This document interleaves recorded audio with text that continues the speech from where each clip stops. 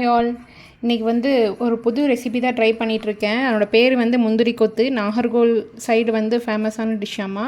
இது வரைக்கும் நான் ட்ரை பண்ணதில்லை, இதான் ஃபஸ்ட் டைமு.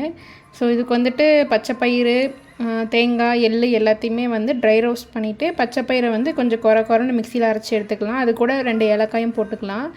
ஸோ இது கூட வந்து நாட்டு சக்கரை, கருப்பட்டி எது வேணால் ஆட் பண்ணிக்கலாம். நான் கருப்பட்டி இன்றைக்கி ஆட் பண்ணியிருக்கேன். அதை ஆட் பண்ணி உருண்டை பிடிச்சி வச்சுட்டேன். ஸோ அதுக்கு வந்து கோட் பண்ணுறதுக்காக ஒரு மாவு ரெடி பண்ணணும். அதுக்காக அரிசி மாவு, மஞ்சத்தூள், தென் கொஞ்சம் 1/2 ஸ்பூன் மைதா மட்டும் ஆட் பண்ணி அரிசி இந்த தோசை சுடுவோம்ல அந்த பதத்துக்கு பனைஞ்சு இதை கோட் பண்ணி எண்ணெயில் ஒரு 5 மினிட்ஸ் வந்து பொரிச்சு எடுத்தோன்னா சூப்பரான முந்திரி கொத்து ரெடி. ஸோ இதனோட டேஸ்ட் வந்து நாங்கள் எக்ஸ்பெக்ட் பண்ணலை, கொஞ்சம் டிஃப்ரெண்ட்டாக இருந்துச்சு. பட் டேஸ்ட்டு சூப்பராக இருந்துச்சு.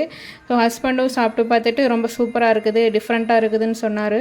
ஸோ நீங்களும் டைம் இருந்தால் இந்த மாதிரி ரெசிபியை ட்ரை பண்ணி பாருங்கள். Okay bye. நெக்ஸ்ட் விளாக்ல பார்க்கலாம்.